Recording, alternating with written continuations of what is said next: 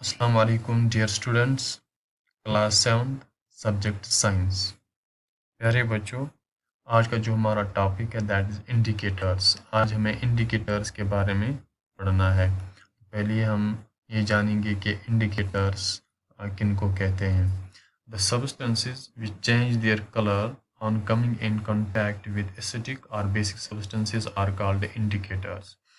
Dear students, indicators ये वो substance होते हैं जो अपना कलर चेंज करते हैं। कब? जब हम इनको एसिडिक या बेसिक सब्सटेंस के साथ मिलाते हैं तो उनको हम इंडिकेटर्स कहते हैं।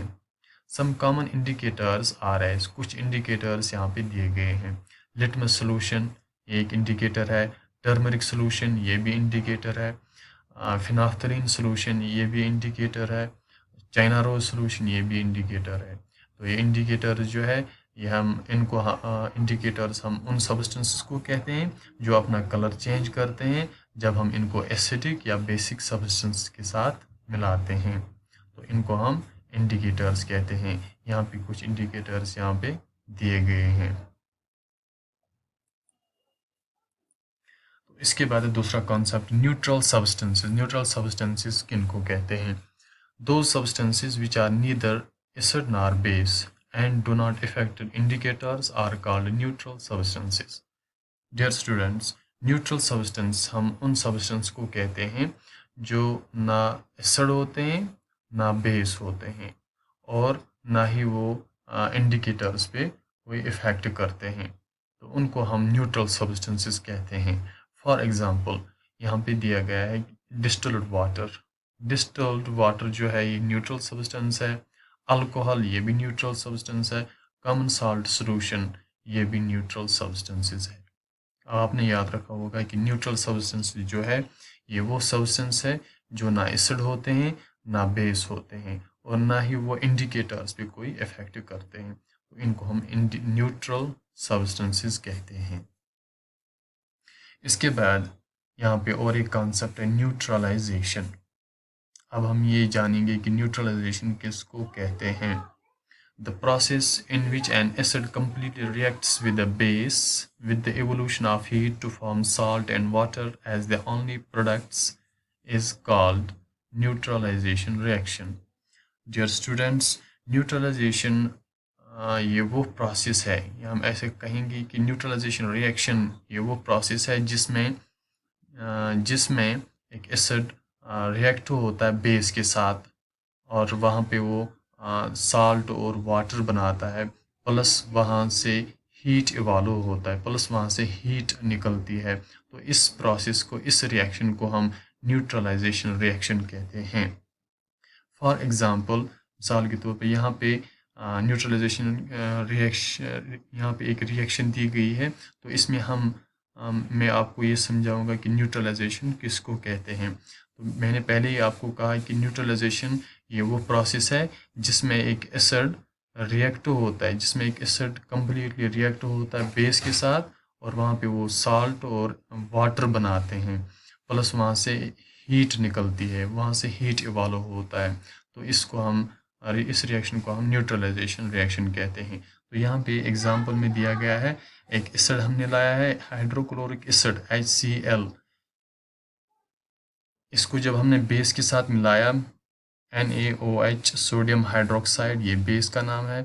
जब हमने एसिड को बेस के साथ मिलाया, यहाँ पे जब एसिड रिएक्ट हुआ बेस के साथ तो यहाँ पे क्या बनाता है, यहाँ पे साल्ट बनाता है, सोडियम NaCl सोडियम क्लोराइड, यानी एक साल्ट बनाता है, प्लस यहाँ पे वाटर बनाता है, प्लस यहाँ से हीट इवॉल्व होता है, यहाँ से हीट निकलती है। तो इस रिएक्शन को हम न्यूट्रलाइजेशन रिएक्शन कहते हैं।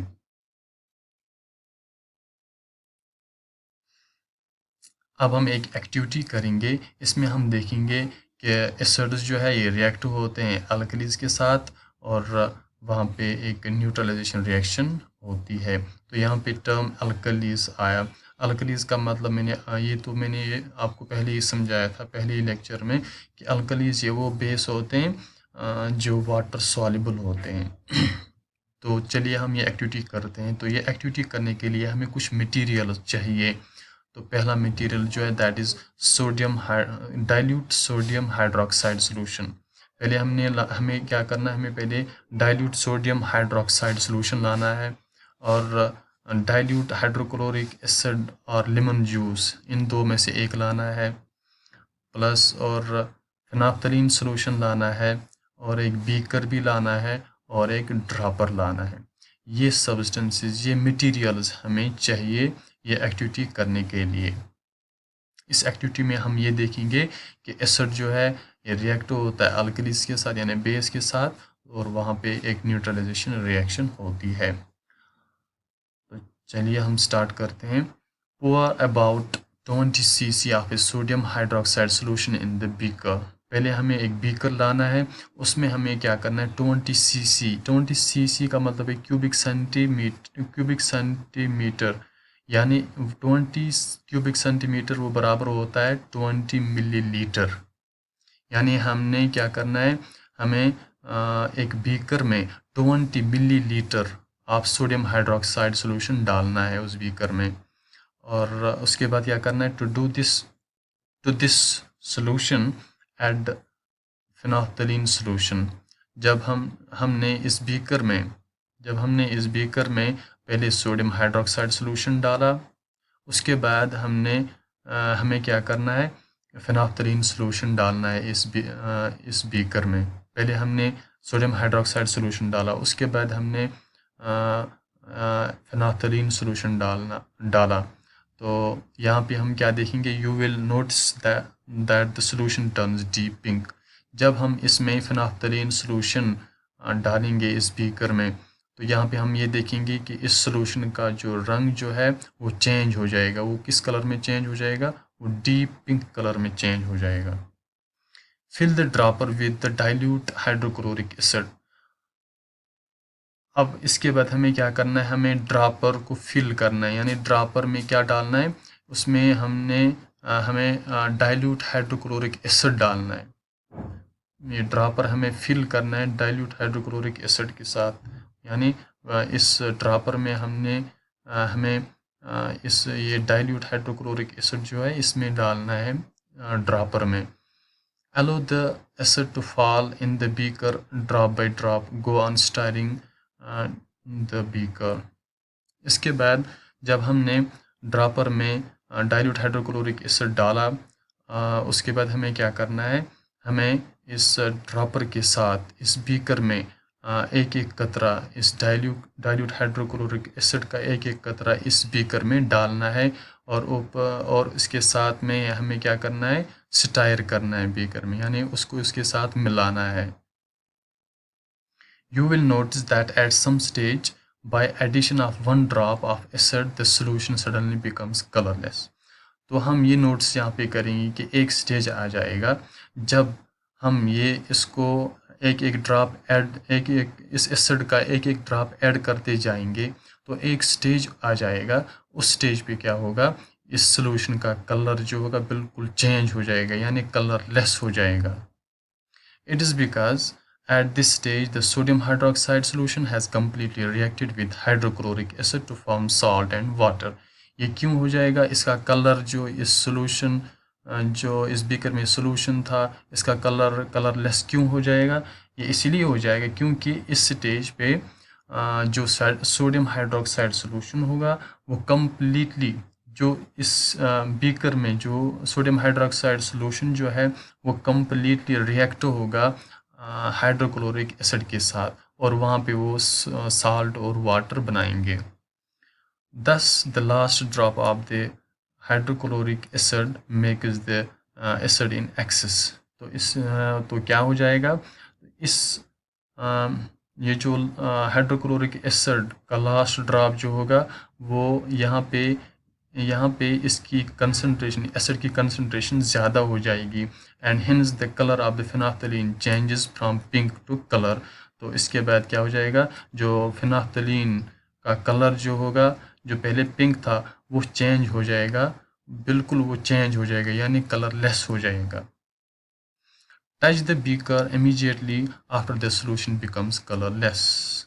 जब इस सॉल्यूशन का कलर जो इस बीकर में हम देख रहे हैं, जब इस बीकर में जो इस सॉल्यूशन का कलरलेस हो जाएगा तो हमें क्या करना है, हम इस बीकर को टच करेंगे।